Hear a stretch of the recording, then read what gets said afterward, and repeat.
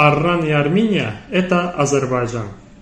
Иранский историк XIII века Аллахдин Атамалик Джувейни в своем труде «Джахангушай Тарих» приводит очень важные сведения о истории Азербайджана. Сам он жил во времена монголов и занимал высокие посты, поэтому его сведения очень важны. Итак, он пишет. Читаем. Арран – одна из провинций Азербайджана. К его городам относятся Барда, Ганджа и Бельган, то есть Бейлаган.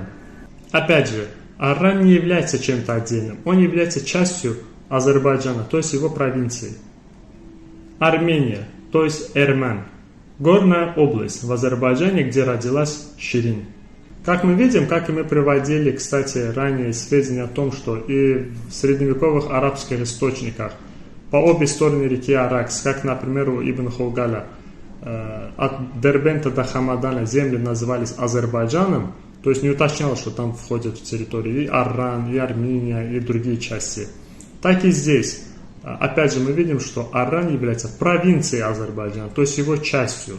Конечно же, народы, которые жили по ту и эту сторону реки, были одним единым целым, то есть одним народом, которые переживали одну историческую судьбу, имели один и тот же фольклор, одни и те же песни, танцы и так далее.